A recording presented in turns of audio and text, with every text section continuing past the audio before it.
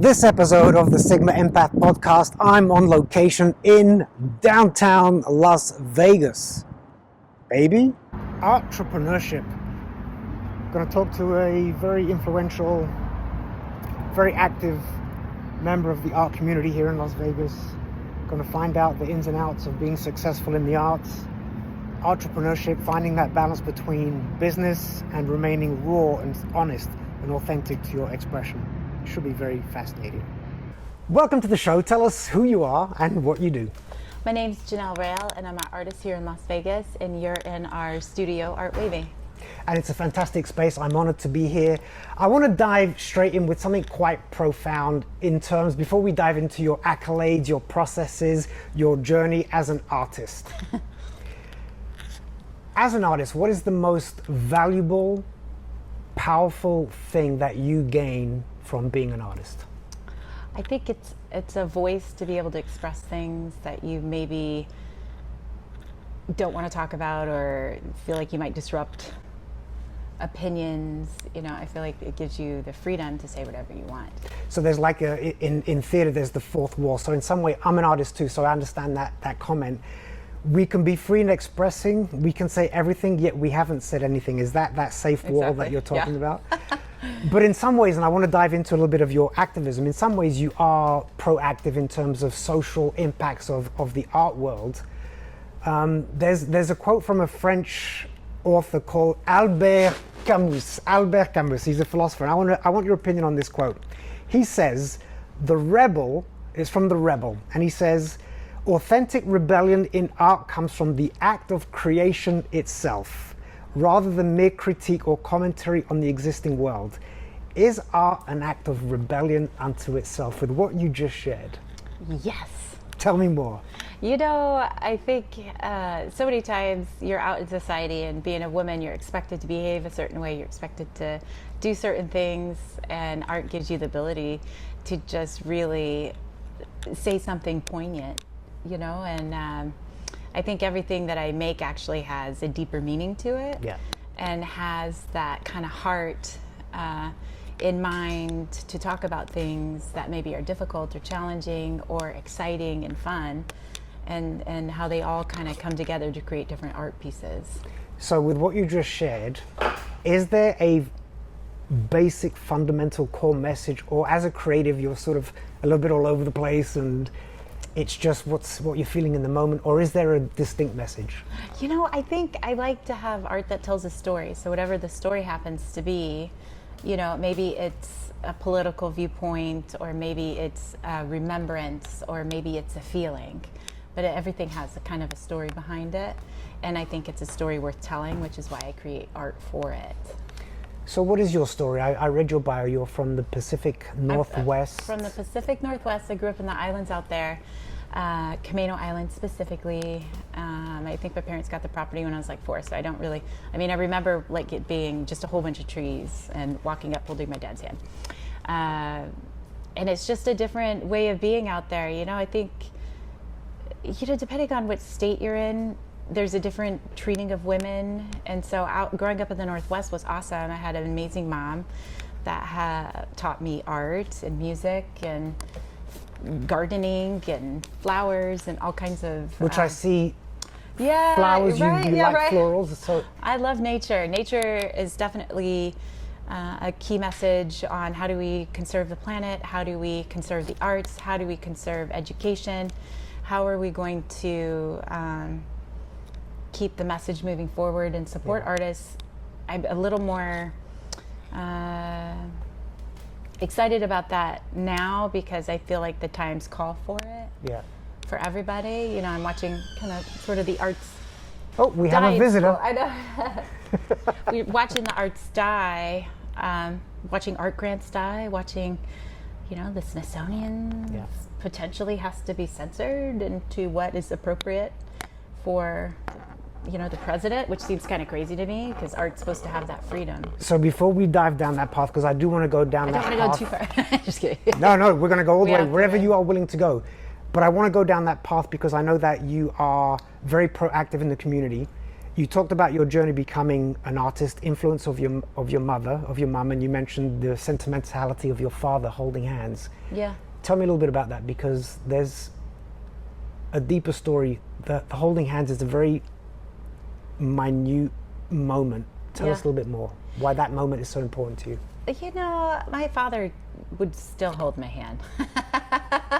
He's the best. He's absolutely the best at. And if you see the things that I create, I make myself. He taught me how to, he was more kind of like on the carpentry end of things, even though he had a different job, and we had, 7.5 acres, and he had me help him build my own treehouse. So I had to learn how to do it. And when I was 10, I learned how to drive a riding lawnmower and a stick shift, because you have to go get firewood. And so it was kind of cool that my dad didn't, treat me like a girl, but just like, hey, go do the chores. I was kind of expected to do the same things as my brothers would be doing. So time back to you've had this slight tomboyish edge around you, woodwork, carpentry, non-traditional. Yeah.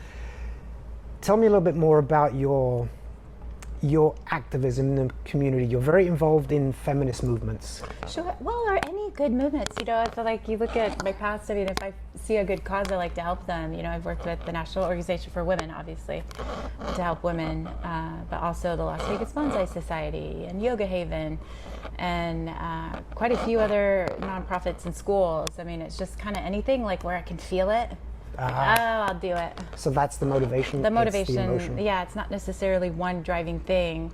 And a lot of what I like to do also is to kind of help mentor women, because I know the struggle of what it's like, to try to be taken seriously, to try to, I picked the chauvinist kind of art world that tends to be a bit racist and sexist. So it's like, here we are together. All right, on that note, I got some statistics. Beautiful segue. We're going to start with the sexism aspect. So I went AI, asked for some statistics, and it was very hard for it to give me statistics because there are many variables. Oh yeah, are you talking fine arts? Are you talking storefronts? Are you talking, watercolors? Are you talking sculptures? Yeah, because everything is really divided down. And then how do you define a reputable artist, a successful artist? How do you define that? When I was giving statistics, I kind of thought about my mom. My mom has a fine arts degree and also a degree in teaching. And, back then, I don't think there were many things available, so they just kind of funneled women artists into teaching, right? Maybe there weren't as many opportunities. And so I kind of think of the fine arts realm, the price points, Sotheby's, Christie's, the big auction houses that dictate the price point of art is kind of where I grab my statistics from. Because, so muralists kind of, they have a little bit better standing. In terms of feminine representation? Yeah, it's a little bit up, it's higher, it's a little more equal, I think. Why is that? I don't know. But it just happens to be, versus the fine art world, which is very male dominated. So these are the general statistics with all the variables taken into consideration. Women represent roughly only 10 to 20% of artists featured in major museums, major exhibits, or sold at high-profile auction houses that you're talking about. Right. 10 to 20%. Along your journey, it's hard. You're aware of this challenge that you have to overcome, right? You're aware of it, but you don't want it to be front of mind, because then you don't want to be in victim mode. Yeah, exactly. So how do you navigate that? Well, my dad taught me something when I was younger. That while he was holding your hand, or without holding your hand? Yeah, well, probably while he was emotionally holding my hand, right? Trying to encourage me. He said, people are always going to talk about you. People are always going to say what they're going to say. But if you do the work speaks for itself. Is that really true? It's romantic, it's poetic. But with this stigmatization of women, no matter how good your work might be, you might not be viewed, seen, exposed, no pun intended, as a woman, simply because you're not being taken seriously. So is it really a correlation between, if the work is good, you're going to be successful because you're a woman, you're starting lower? Well, no, I'm doing the work, right? Yeah. So if you do the work, which is the work on the website, the work on the networking, the work on putting myself out there. It's like daily. And so in the morning when I'm trying to motivate, I tell myself, like, just keep doing the work. So what is your quick motivation routine?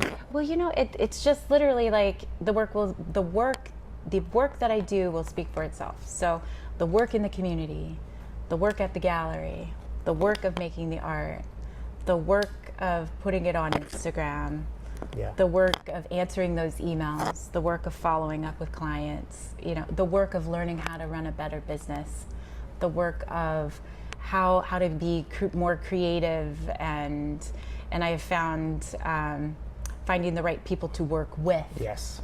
Too, you know, so I've shed so many tears. I mean, I even cried today. I just get so frustrated sometimes, but it just goes back into my head where I'm like, okay, if I just keep doing the work, right? And it's not, I don't measure myself, is the work good enough? Oh, tell us more about that, because that's a big trap for people in general, but for the artists, it's inevitable to compare. Well, so-and-so keeps selling and I'm not selling, or their work. Oh, it's so competitive. It's awful. You know, it's like the cattiest place on the planet is the art realm. You know, you want people to be cheering for you, and yet, you know, I've learned a lot being in this building, the Arts Factory building, because there's so many businesses in here. You know, less and less artist driven, which is a bummer. And so when I started seeing less, it moves from feeling like, ooh, I have to compete with this person, or I have to compete. But it's the Arts Factory. I don't understand what's going on. Why this shift away from the essence of what this building is supposed to represent? Well, the essence of what this building is supposed to represent is the same as what this district is supposed to represent. And I've been down here showing like over 10 years, or a little more actually. And what I've seen is businesses make it 2 to 3 years, but the infrastructure isn't set up for artists to succeed anywhere. Is that not because from college? But is that because of the Arts Factory itself, or is that because of the demographic, the dynamics of any arts district? Vegas, of any arts district? Of any arts district. I think everybody sort of feels this, where artists move, where they see other artists because they like the energy, right? Yeah. So then that builds bigger, and then it gets deemed an arts district. And then it becomes cool, and then the coffee shops come, and I love coffee. And then corporate comes in, moves in. And then corporate comes in, and the gentrification happens. And then the rent gets moved out. So Priscilla Fowler was in this area, like on Main Street, big gallery, like 9 years. I think she actually started in this building, then moved across the street to Art Square. This building and Art Square are the only two left. I started in a place that was it was sort of like nicknamed the Warehouse Collective. It's on Main Street. It's now Houston's Hot Chicken. And then I also showed in another place called the Union House, which is now a parking lot. And there's that's all within 3 blocks of where we're sitting right here. And so my passion is like, how do we keep the arts alive? How do we keep artists alive? How do we keep artist businesses flourishing? As well as, like, you know, I'm trying to learn it for myself. Yeah. And for Art Wavy. So it's just I think every city's dealing with this. I agree. So I've been here over 30 years, 33 years, and I remember the Arts Factory. It's always been here since I've been here. Yeah. But it was this tiny. Is the Arts Factory. Yeah. Yes, this was it, and it was this tiny little thing. It's expanded. There's been some growth, regardless of what with gentrification and corporate America coming in. So, what do you celebrate about your journey in this community, and what do you celebrate with the community? How the arts have expanded? It has made a larger footprint.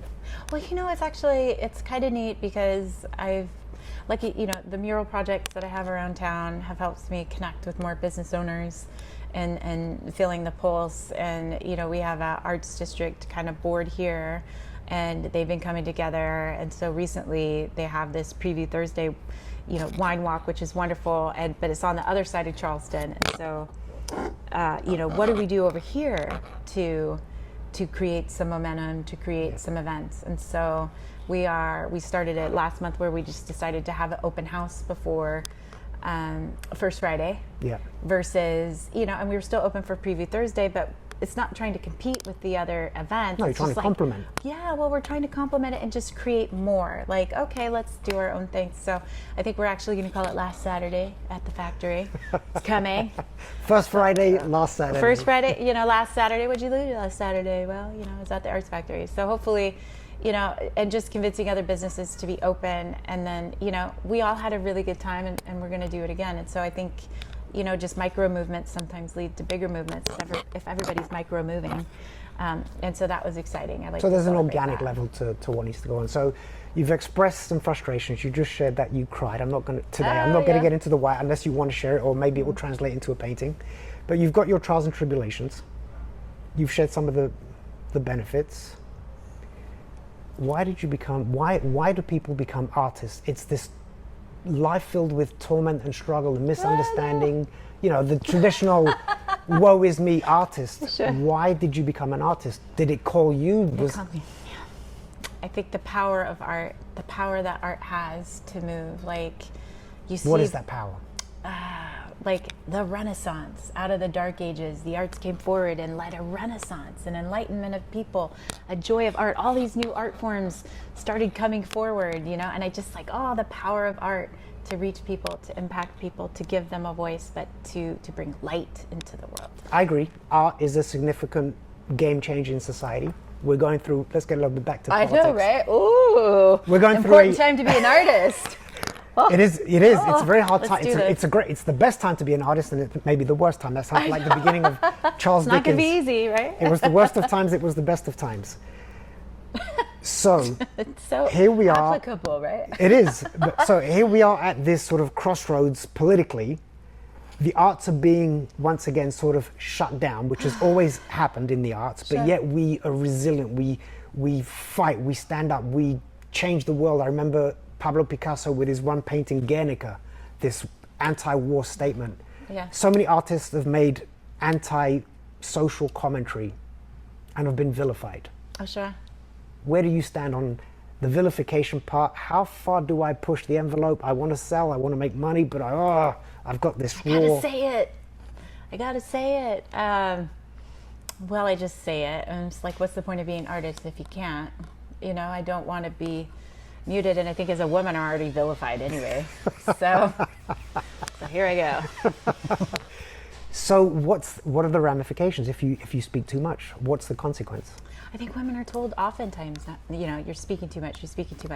So I'm sort of used to it, but my hope is, like even with like this art piece here, I was trying to give women. This statue? Yeah, so this one, I call her the Queen of Hearts, and I took her to Picnic in the Alley where it was a fundraiser for the Women's Hospitality Initiative. Nice. And That was just recent. That wasn't was just 2 days ago. it? Is it an annual thing? Yes, it's an annual thing. Real quick, a plug. How do people find out Jolene about it? Menina, Picnic in the Alley. You've got to go. It supports the Women's Hospitality Initiative, and they are helping women become chefs and leaders in industries that are typically male-driven. So it's. And by the way, drop your thoughts. If you are an artist, do drop your thoughts. What have been your challenges, your struggles, your trials and tribulations? What's your take on, do we get socially, politically involved? Do we just create art and be quiet? What's your take? And also, I'll be dropping all the links. Everything that's been shared today will be in the description below, so make sure to check that out. So back to politics and the woman and this beautiful... Yeah. Tell us a little bit more.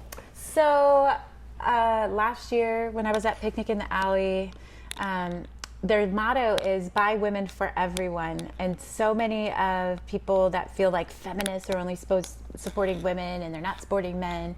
And I thought, what an impactful thing to bring the King of Hearts. What would you say to the men? What would you really want to say to men?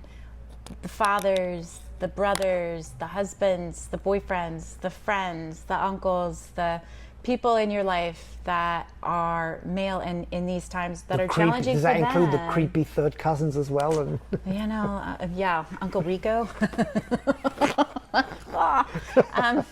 Well, yeah, like people need to express themselves, but it was really interesting. I think at the base of human beings is love. I mean, truly, like I don't think any human starts off not wanting to be loving or not wanting to be loved. I agree. And so when we've been hurt or traumatized by the opposite sex or the same sex, we tend to kind of project that onto other people. And so I made a King of Hearts, just completely open-chested, with a heart on his, with the crown on his, where what would have been his shoulder, and filled with hearts of the mural projects that I have done with the public. Which, by the way, The one mural that maybe you're talking about is, I think, how you came on my radar. I saw a video of you, you showed up in my Instagram feed, and there's this beautiful wall with hearts. And it was kind of a community engagement, like you were encouraged. Tell us more about that, because it was just so magnificent. Where can people see it also? So that is at the Style House shop, Casino Center. Well, we'll put the address. In Las Vegas. In Las we'll have the Vegas. address, In yes. Las Vegas. It's Colorado and Casino Center. And that is the original building where Cindy Funkhouse, who was considered the heart of the Arts District, that was her building. She's no longer with us, and the current owners wanted to continue to share her story. Now that heart mural, there was a first one that happened during the pandemic, and I had a friend commit suicide, and I just wanted to do something. I was supposed to be painting this wall about love, and I'm an art ambassador, and I'm getting ready to like go into this big gallery, and I'm so excited. And then my friend committed suicide, and I wanted to do something about it. You know, she left behind her family because the isolation, a medical condition, the loss of a job, you know, she just didn't want to move on. And I just thought, gosh, what if we remember that heartbeats are important? What if we remember that everybody, how they're feeling is important? And maybe, you know, I've got this opportunity, they're going to send me the paint, I can share this with the community, and maybe it'll stop somebody from committing suicide. And it was called Choose Love. You know, choose love over fear was like the full kind of mantra in my head when I was out there, and I was trying to dance in a time of grief to bring joy. In the pandemic, it was nuts, everyone's in masks. And so I was kind of like, hey, do you want to paint a heart with me? Just to random people on the side of the street. And if you could see their face, it was just like, this is it. I've got to share this with people. The gift of art, the gift my mother gave me of expression, of just doing something, of just having fun. And it was great because I got to promote my paint. And so they're like, oh, good job. And I got to do something really great for the community. It was magnificent. I remember it just, I'm like, who is this person? I've got to connect. This piece of wall art is amazing. Very quickly, going back to percentages, minorities. We talked about women. The minorities are worse. In terms of black men, how you doing? Dave Soto. Yes. In terms of black men, have a guess what the percentage is. I think it depends again on the realm, so I don't know like the general numbers, but I think it was close in the fine art realm. I think it's like really, it's almost similar to women. I think it's about 2%. Yes, 2 to 5%. Yeah, it's pretty low. Yes, of black artists are represented, including your other half, David, who hopefully I'll have on Just a future come in and podcast. say hi. Quickly come in and say hi. The other part of Art Wavy. The other part of Art Wavy, the handsome part of Art Wavy, the 2.5% of Art Wavy. Yeah, represent. All right, so we've almost come to the end of, this is a conversation that could go on for a long way. Oh, well, let me circle back. So the Queen of Hearts has women drawing and writing whatever they want on there to encourage each other. And it was just so you're like, inviting release. Random expression. So last year at Picnic in the Alley, we wrote on the King of Hearts, and then that showed at my event with Marciano by Guess, Art Meets Fashion, and is now in a private collection. And so this one has a Galentine's event. A Galentine's. Galentine's Please event with explain. Mad Gallery. Galentine. Mad Gallery. Mad Gallery. Yeah. There's another plug. Check out Mad Gallery. Mad Gallery. It's an amazing Las Vegas. Featuring local artists. Yes.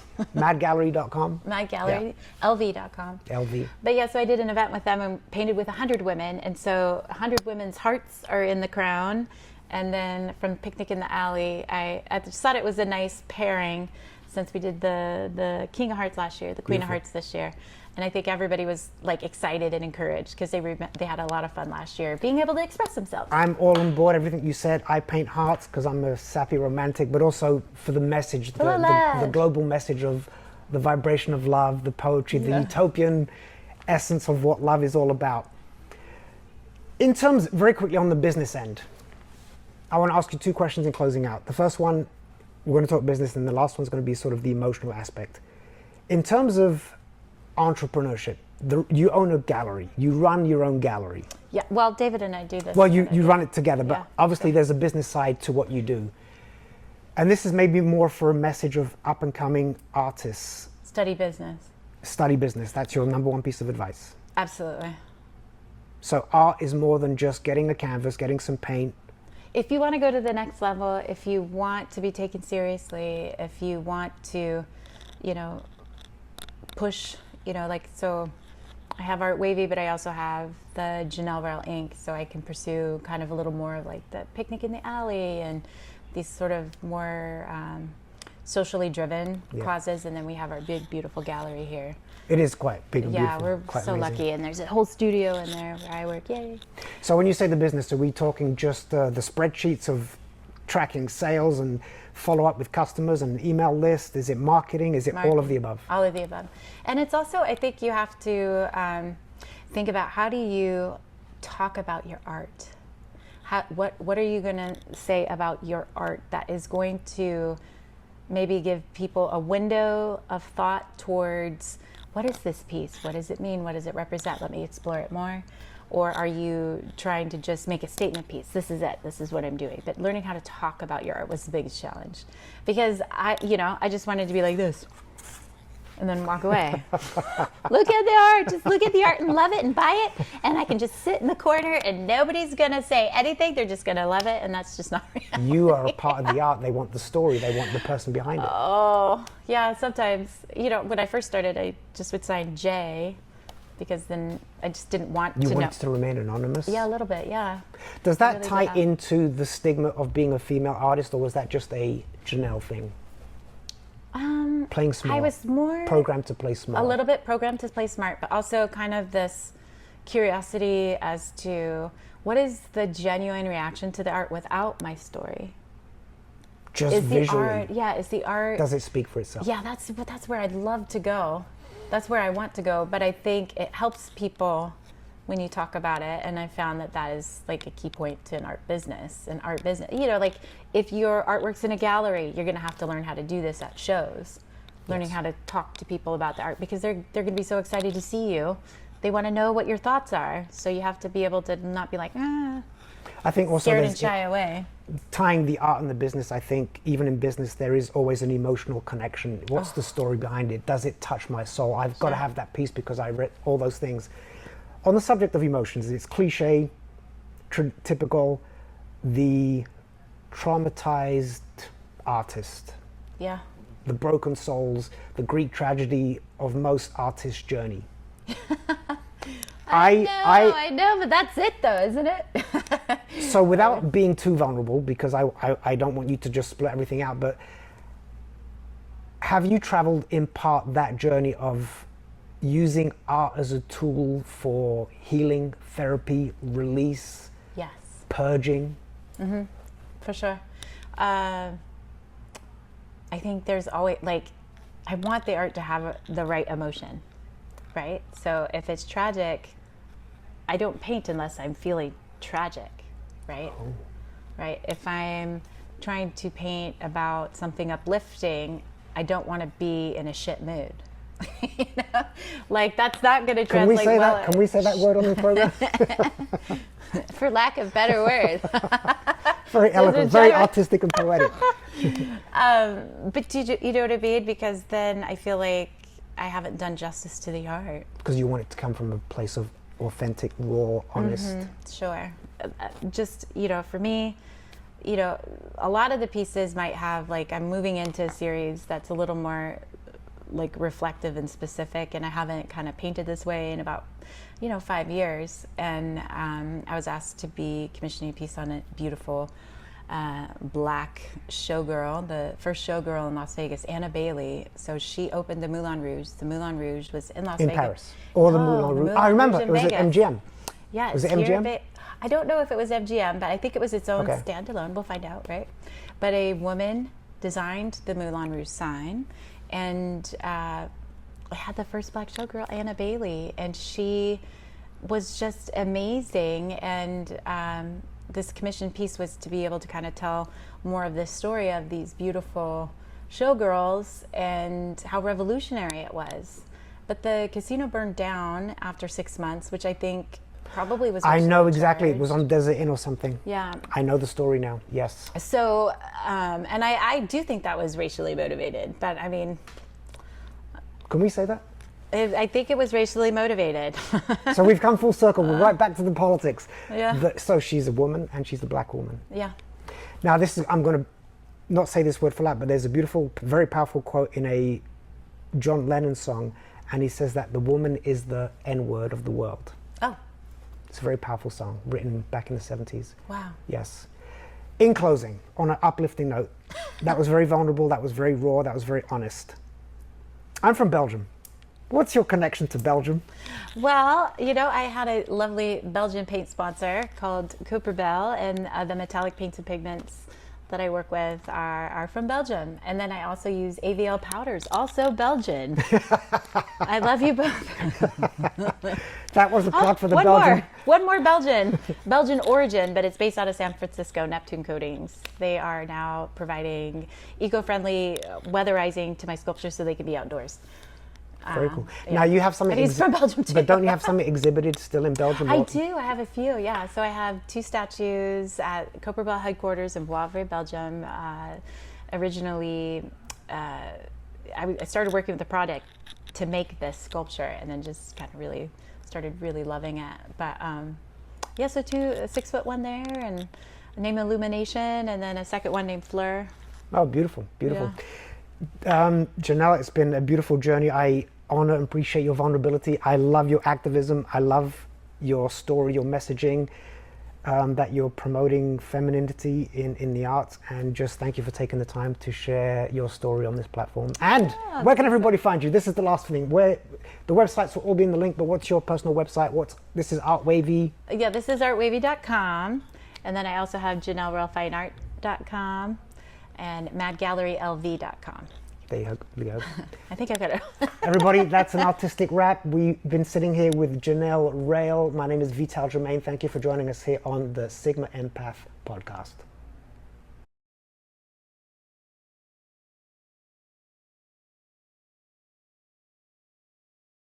I think my jacket's too loud, don't you think? It clashes a little bit, maybe? Yeah, let's take it off. Let's do this again. Does that work? Baby? Baby! Baby?